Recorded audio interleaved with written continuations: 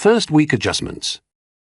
The first morning at Hogwarts dawned crisp and golden, streaming through the dormitory windows like batter on toast. Harry stretched in their four-poster bed, momentarily forgetting where they were until they heard the unmistakable sound of Seamus Finnegan trying to explain to Dean Thomas why he couldn't share a bathroom with someone who might be, looking.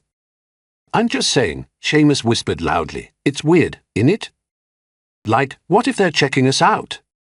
Harry rolled their eyes so hard they nearly fell out of bed. Day one of navigating dormitory life, and they were already being treated like some sort of predatory bathroom lurker. They sat up and cleared their throat. "Seamus, I can hear you. And just so we're clear, I have absolutely zero interest in your pasty Irish arse." The dormitory fell silent except for Neville's nervous giggle. Dean Thomas, ever the peacemaker, jumped in. "Right then, we're all sorted. Harry, you can use whatever bathroom you want, when you want. Seamus, stop being a tosser." "I wasn't being a tosser." Seamus protested. "I was just asking reasonable questions. Reasonable questions like whether I'm going to assault you with my eyeballs while you brush your teeth." Harry shot back, pulling on their robes. "Because that's definitely how transgender people work, Seamus. We all just bathroom predators lying in wait." The other boys shifted uncomfortably. Most of them seemed genuinely supportive, just confused. Like they wanted to do the right thing but weren't quite sure what that was. It reminded Harry of those nature documentaries where baby animals try to figure out how to walk, lots of good intentions, questionable execution. "Look," Harry said, sitting on the edge of their bed, "I get that this is new for everyone. But I'm the same person who got sorted into Gryffindor yesterday. I'm not suddenly going to turn into some pervert because we are sharing a sleeping space." Neville nodded enthusiastically. "That makes perfect sense, Harry. You're just you." "Exactly," Harry smiled. "Though I appreciate everyone's creative concerns about bathroom logistics." Dean grinned. "Seamus is just worried because he takes forever to do his hair. Doesn't want anyone witnessing his beauty routine." "Oi." Seamus threw a pillow at Dean. "My hair is naturally perfect, thank you very much."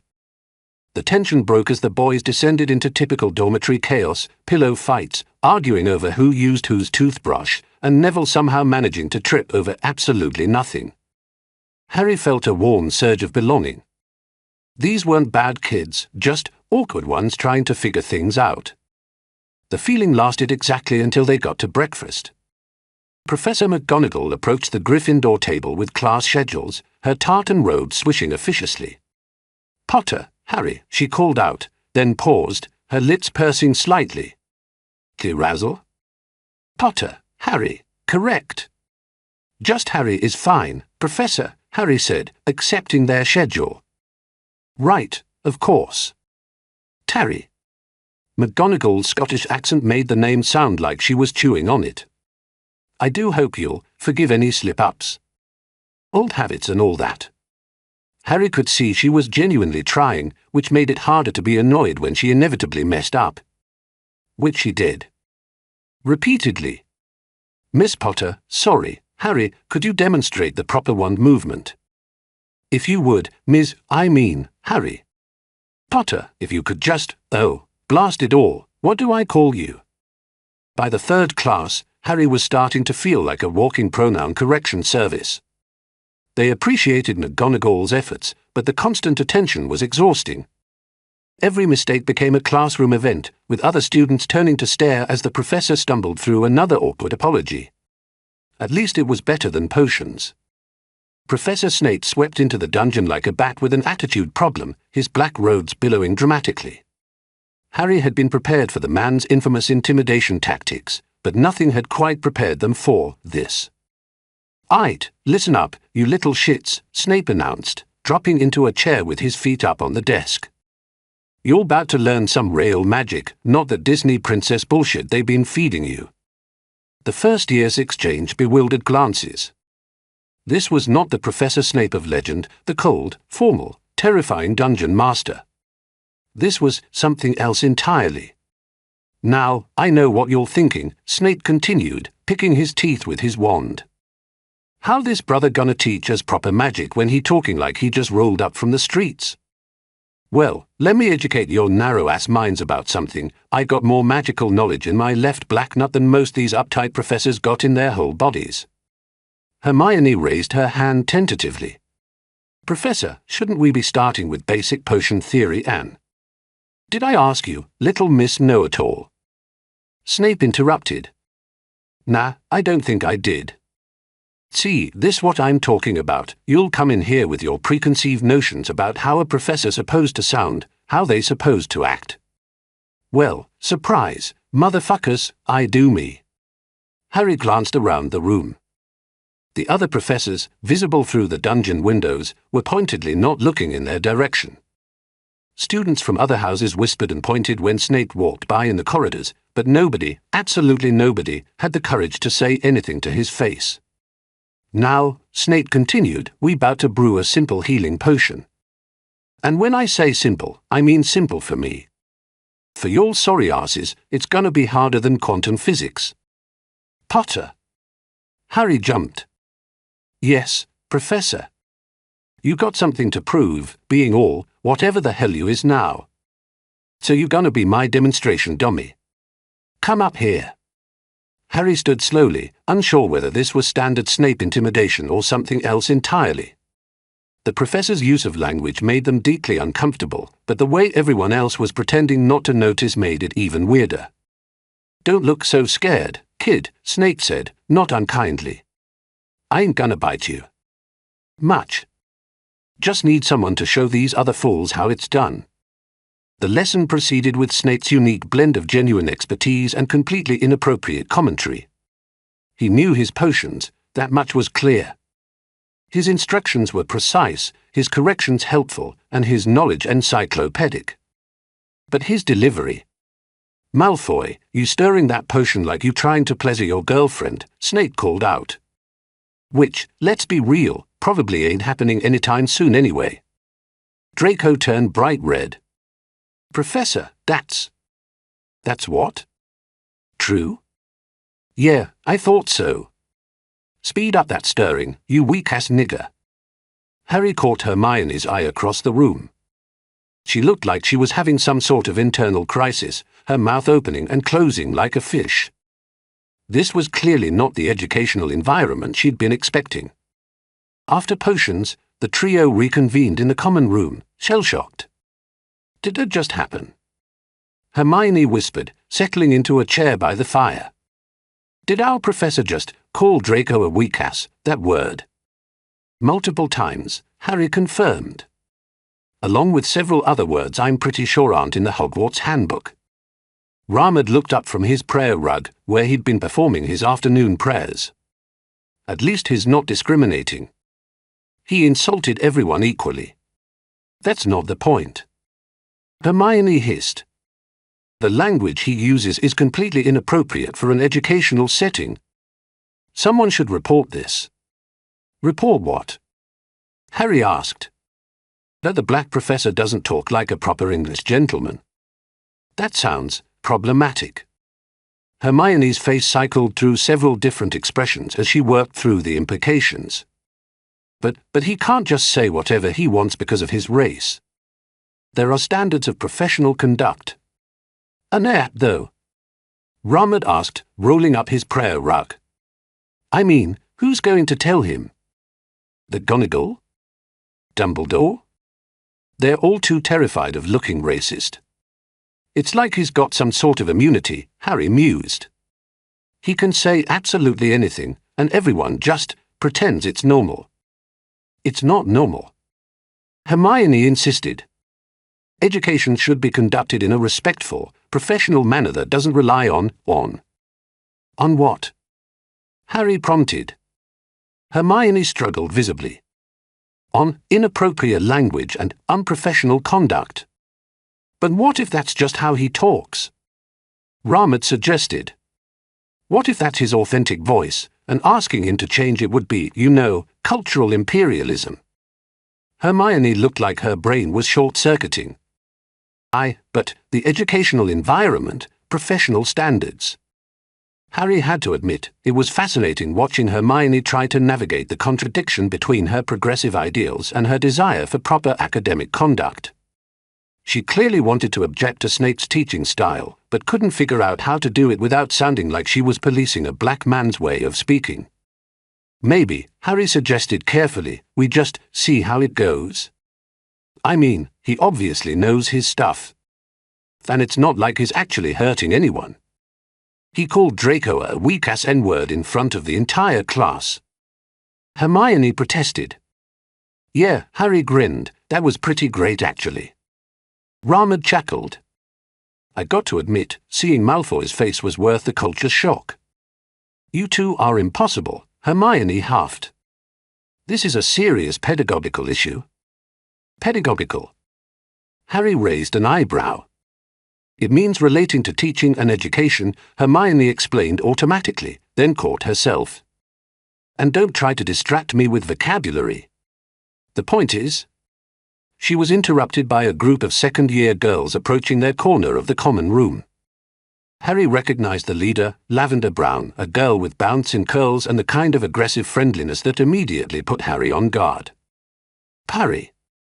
Lavender chirped. We heard about your situation. And we just wanted to say that we think it's so brave of you to be living your truth. Harry blinked. Our situation. You know, Lavender stage whispered, the whole transgender thing. We've been reading about it, and we think it's amazing how you're challenging the gender binary. That's thanks. Harry said uncertainly. We wanted to start a support group, another girl, Parvati Patil, chimed in. For students dealing with gender identity issues. Would you like to be our first member? I'm not dealing with gender identity issues, Harry said slowly. I know exactly who I am. Of course you do. Lavender agreed enthusiastically. That's what makes you such an inspiration. Living authentically despite societal pressure. Harry felt a familiar exhaustion creeping in. Right. Well, thanks for the support. But I think I'm good. Are you sure? Parvati pressed. We could have weekly meetings. And share resources. And discuss the challenges of existing in a heteronormative patriarchal society. Hermione perked up at this. Did someone say patriarchy? Oh yes. Lavender turned to her eagerly. We're very interested in intersectional feminism and the ways that gender oppression intersects with other forms of systemic discrimination. Harry watched with growing alarm as Hermione's eyes lit up like Christmas morning. This was not going to end well. Have you read Judith Butler's work on performative gender? Hermione asked, leaning forward intensely. We're working through gender trouble right now. Parvati replied. Though some of the theoretical framework is quite challenging. Oh, you have to start with Simone de Beauvoir first, Hermione insisted. The second sex is foundational to understanding how patriarchal structures construct feminine identity as the other. Harry caught Ramad's eye and saw their own panic reflected there. Hermione was off and running, and there would be no stopping her now. The thing is, Hermione continued, warming to her theme, most people don't realize how deeply embedded these oppressive structures are in our daily lives. Even here at Hogwarts. I mean, why are there separate dormitories for boys and girls? Why does the Sorting Hat assume binary gender categories? Why are all the portraits of famous wizards predominantly male? Exactly. Lavender squealed. The wizarding world is just as patriarchal as the Muggle world. Maybe even more so. Have you noticed, Hermione said, her voice dropping to a conspiratorial whisper, how many of our professors are men? And how the few female professors tend to be in nurturing subjects like herbology and healing. Harry tried to interrupt. Hermione, Professor McGonagall teaches transfiguration, which is hardly. McGonagall is the exception that proves the rule. Hermione declared. One woman in a position of academic authority doesn't negate the systemic. What about Professor Sprout? Ramad attempted. Herbology. Hermione and Lavender said in unison, as if this proved their point completely. And don't get me started on the house system, Hermione continued. Gryffindor values are bravery and daring, traditionally masculine traits. Ravenclaw prizes intelligence, but whose definition of intelligence? The patriarchal academic establishments. Hufflepuff gets dismissed as the nice house, feminized and therefore devalued. And Slytherin, well, Slytherin embodies toxic masculinity in its purest form. Oh my God, you're so right. Parvati gasped. The house system is literally a microcosm of patriarchal power structures. Harry stood up abruptly.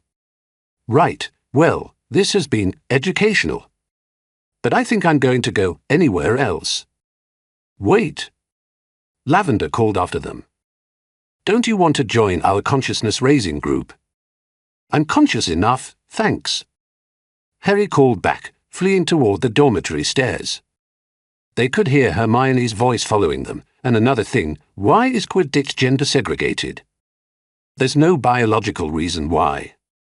Harry climbed the stairs 2 at a time, desperate to escape. They loved Hermione dearly, but when she got started on social justice topics, she became like a runaway train of academic theory and righteous indignation. It was exhausting to be around, especially when Harry just wanted to exist without being a walking political statement.